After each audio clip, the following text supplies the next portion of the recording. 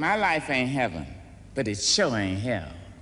I'm not on top, but I call it swell if I'm able to work and get paid right and have the luck to be black on a Saturday night. Hey!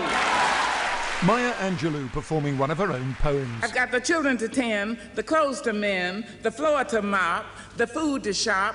She was charismatic, passionate, a role model and an activist who recorded and celebrated the experience of being black in America. The cane to be cut, I got to clean up this hut, then see about the sick, then the cotton to pick. Shine on me, sunshine. She'd grown up in America's deep South, raised by her grandmother amidst poverty, prejudice and racial segregation. At the age of 7, she was raped by her mother's boyfriend. She didn't speak for the next 5 years, but read voraciously. She went to live with her mother in San Francisco and, as a teenager, became the city's first black female cable car conductor. Soon she'd embarked on an extraordinary career, including stints as a nightclub dancer and pimp.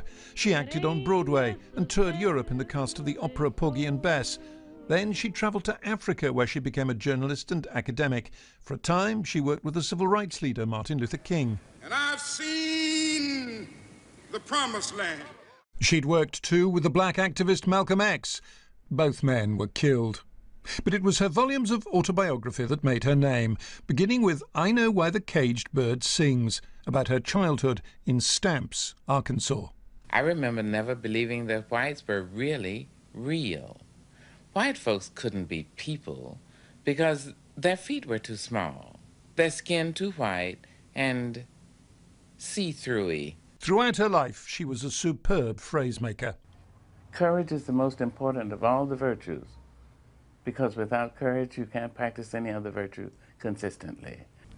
Oh, my movement admits to lip smacking, finger snapping, toe tapping, shoulder bouncing, hip throwing, breast thrusting, eye flashing, love of good and God and life.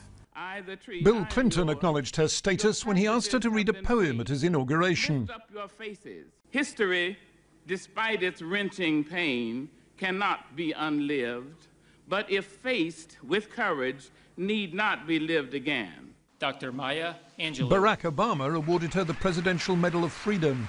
Martin Luther King told me that he expected there to be a black president in 40 years. I didn't. I thought I'd be long dead before that happens. She made Hollywood movies and documentaries about the black experience in America and abroad, an artist whose greatest creation was perhaps herself.